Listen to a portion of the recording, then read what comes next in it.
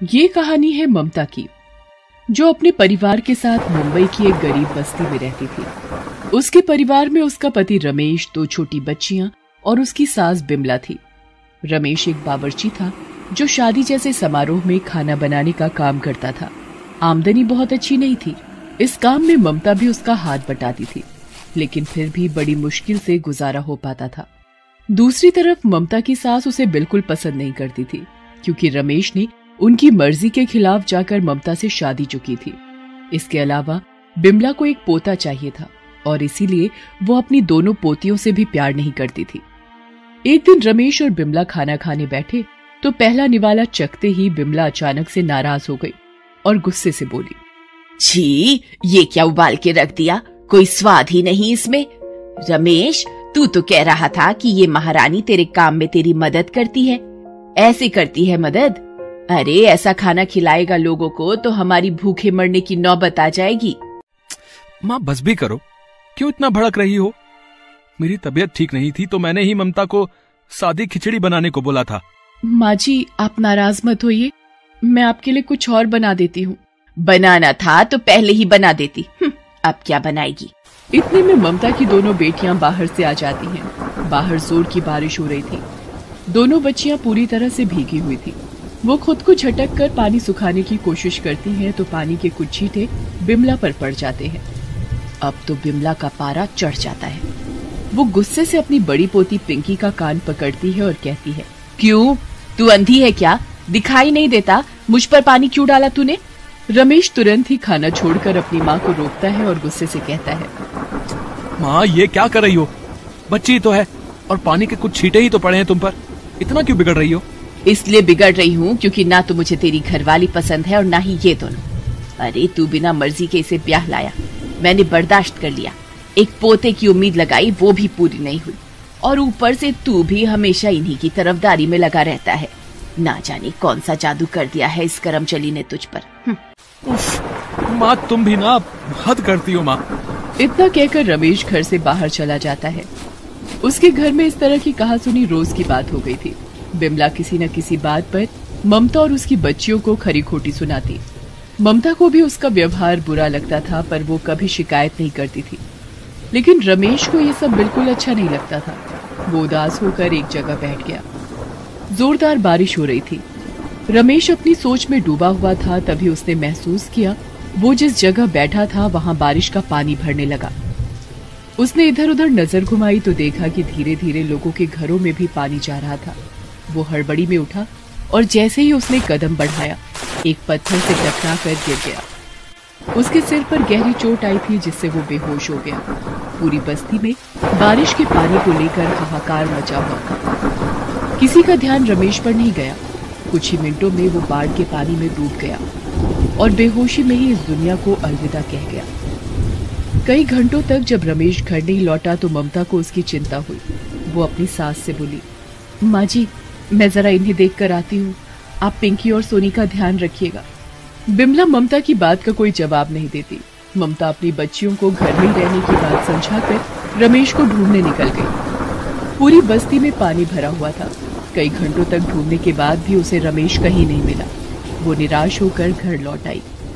अगले दिन जब बारिश के साथ साथ पानी का स्तर भी कुछ कम हुआ तो आसपास के लोगों ने रमेश की लाश को देखा और ममता को जाकर बताया। ये सुनकर ममता के पैरों तले जमीन खिसक गई। उसकी तो जैसे पूरी दुनिया ही उजड़ गई थी। वो दौड़कर रमेश की लाश के पास गई और उससे लिपटकर रोने लगी। बिमला के लिए भी ये दुख बहुत बड़ा था। रमेश उसका इकलौता बेटा था जो अब इस दुनिया में नहीं था। वो रमेश की मौत के लिए भी अब ममता को ही जिम्मेदार मानने लगी। ममता वैसे ही रमेश के जाने के गम में डूबी थी। ऊपर से अब विमला को समझाने और चुप कराने वाला भी कोई नहीं था। और तो और अब घर चलाने की पूरी जिम्मेदारी भी ममता पर ही आ गई थी। ममता ने किसी तरह खुद को संभाला और अपने घर के पास ही एक ढाबा चलाने लगी। वो किसी तरह सब कुछ ठीक करने की कोशिश कर रही थी, पर बिमला के ताने उसे झकझोर देते थे। एक दिन जब ममता अपने ढाबे में खाना बना रही थी, कई मजदूर वहां खाना खा रहे थे, तो उनके सामने ही बिमला जोर जोर से रोने लगी। हे भगवान, मेरे रमेश को तो तूने मुझसे छीन लिया, अब मुझे भी उठा ले। अब मेरा कोई नहीं इस दुनिया में, मैं किसके सहारे जीऊं भगवान। ये सब देखकर ममता बिमला को चुप कराने की कोशिश करती है और उससे कहती है, नहीं माँ जी, ऐसा मत कहिए, हम हैं ना आपके साथ, चलिए अंदर चलिए। हट यहाँ से, मेरे पास भी मत आना तू। मेरे बच्चे को खा गई और अब ये तमाशा लगा के बैठी है, ढाबा चलाएगी। अरे वो तो मेरा बेटा था जिसके दम पर तू ऐश कर रही थी। अब तुझे पता चलेगा आटे दाल का मोल। लेकिन तेरा क्या है, तुझे कोई शर्म थोड़ी है। इतना कहकर बिमला वहां से चली जाती है। ममता को बहुत बुरा लग रहा था। वो कुछ भी करके बिमला की सोच नहीं बदल पा रही थी। लोग ये सब देखकर उस पर हंस रहे थे। इतने में ही ममता की पड़ोसिन राधा वहां आती है। उसने बिमला की सारी बातें सुन ली थी। ममता उसे देखकर अपने आंसू पोंछती है और कहती है, अरे राधा दीदी, आप कुछ लेने आई हैं? बताइए क्या पैक कर दूं? नहीं ममता, मैं तो बस यहाँ से गुजर रही थी, तभी तेरी सास को तुझ पर भड़कते देखा तो रुक गई। एक बात बता, तू क्यों ढो रही है उस बुढ़िया को? वो कभी तुझसे ठीक से बात नहीं करती, तो फिर तू क्यों? नहीं दीदी नहीं, उनके बारे में ऐसा मत बोलिए। वो जैसी भी है मेरी माँ जैसी है, और इनके जाने के बाद वो मेरी जिम्मेदारी है। दुख तो इस बात का है कि ममता अपनी बात पूरी नहीं कर पाती। वो जोर जोर से रोने लगती है।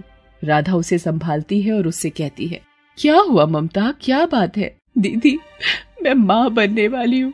मैं ये बात इन्हें बताने ही वाली थी कि वो बारिश, सब तबाह कर दिया उस बारिश ने दीदी। राधा ममता को गले लगा लेती है और उससे कहती है, ममता, तू माँ बनने वाली है और फिर भी ढाबे में इतनी मेहनत करती है। तेरी सास को ये बात पता है? हाँ दीदी, मैंने उन्हें बता दिया था। अच्छा, और फिर भी? खैर छोड़िए सब। देख, इस हालत में तुझे इतनी मेहनत नहीं करनी चाहिए। दीदी, मैं नहीं करूंगी तो कौन करेगा? पिंकी और सोनी इतनी छोटी हैं, फिर भी हर वक्त मेरे साथ लगी रहती है। और माँ जी को तो आप जानते ही हो, अगर मैं ये ढाबा ना चलाऊं तो घर कैसे चलेगा मेरा? बात तो तेरी ठीक है। चल तू फिक्र मत कर, कल से अपने घर के काम निपटा कर मैं आ जाया करूंगी तेरी मदद के लिए, ठीक है? अरे दीदी आप, लेकिन कुछ मत बोल, बस अपना ख्याल रख, मैं कल आती हूँ। राधा अपने घर चली जाती है। ममता को राधा की बात सुनकर थोड़ा सुकून मिलता है। शाम हो चुकी थी और मौसम फिर से खराब होने लगा था। ये देखकर ममता अपनी बड़ी बेटी पिंकी से कहती है, पिंकी सुन बेटा, मौसम बिगड़ रहा है, बारिश का कुछ पता नहीं। ऐसा करते हैं, बड़े बड़े बर्तन साथ ले चलते हैं, अगर पानी में बह गए तो ढाबा चलाना मुश्किल हो जाएगा। ठीक है माँ। पिंकी और ममता सारे बड़े बड़े भगोने और दूसरे बर्तन अपने साथ घर ले जाते हैं। जैसा कि ममता ने पहले ही अंदाजा लगा लिया था, थोड़ी ही देर में बारिश शुरू हो गई। इस बार बारिश पहले से भी ज्यादा हो रही थी। अगले दिन और फिर उसके अगले दिन बारिश लगातार होती रही। पूरी बस्ती बाढ़ में डूबने लगी। ममता का ढाबा पूरी तरह बर्बाद हो गया और उसके घर में भी हर तरफ पानी भर गया था। वो अपनी दोनों बेटियों के साथ बिस्तर पर चढ़कर बैठ गई और भगवान से प्रार्थना करने लगी, हे भगवान, कुछ तो दया करो। मेरे पति को तो पहले इस बारिश ने मुझसे छीन लिया, अब मैं अपने बच्चों को कैसे बचाऊं? और माँ जी, वो भी न जाने कहाँ है। हे भगवान, मेरी कोख में जो नन्ही सी जान है उसका क्या होगा? उधर ममता की सास बिमला भी अपनी जान बचाने के लिए घर के बाहर ही एक पेड़ पर चढ़ी बैठी थी। तभी अचानक वहाँ सुरक्षा दलों के कुछ जवान नाव लेकर पहुँचे। उन्हें देखते ही बिमला जोर जोर से चिल्लाने लगी, ओ बेटा, ओ बचा लो रे बेटा, बचा लो मुझे।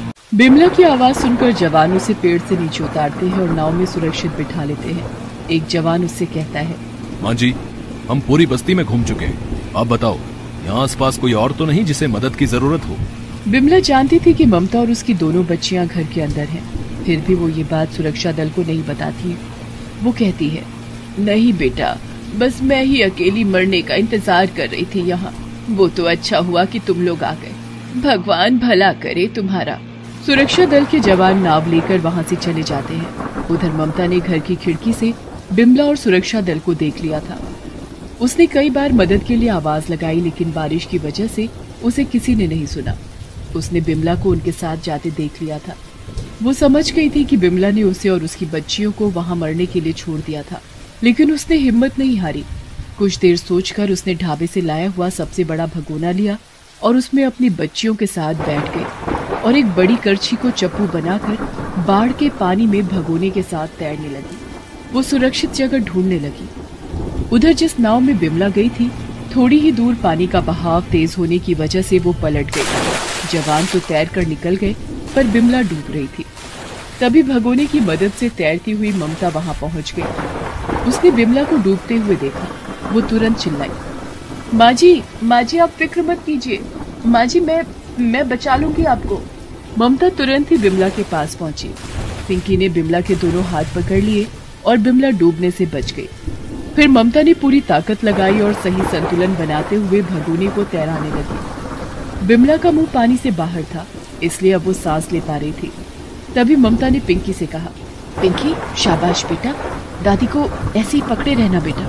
पिंकी ने ऐसा ही किया। जल्दी ही ममता अपनी सास और बच्चों के साथ बस्ती से बाहर आ गई। उसे सुरक्षा दल का एक कैंप दिखाई देने लगा। सुरक्षा दल ने जैसे ही उसे देखा, कुछ जवान तुरंत उसके पास पहुंचे और सभी को सुरक्षित पानी से बाहर निकाल लिया। वहां डॉक्टरों की टीम पहले से ही मौजूद थी। उन्होंने सबकी जांच की। सभी लोग सुरक्षित थे। अब बिमला को अपनी गलतियों का एहसास हो रहा था। वो हाथ जोड़कर रोते हुए ममता से बोली, ममता, मैंने हमेशा तुझे कोसा, अपनी पोतियों को भी कभी नहीं अपनाया। तुझे और बच्चियों को मरने के लिए छोड़ दिया मैंने, और फिर भी मुझे तूने बचाया। क्यों बचाया बेटा? मर जाने देती मुझे जीने का कोई हक नहीं। बिमला फूट फूट कर रोने लगती है। ममता उसे गले लगाकर सहारा देती है। भले ही बारिश ने ममता का घर और ढाबा बर्बाद कर दिया था, लेकिन ममता की जिंदगी का ये नया मोड़ था। बिमला अब उसे अपनी बेटी की तरह प्यार करने लगी।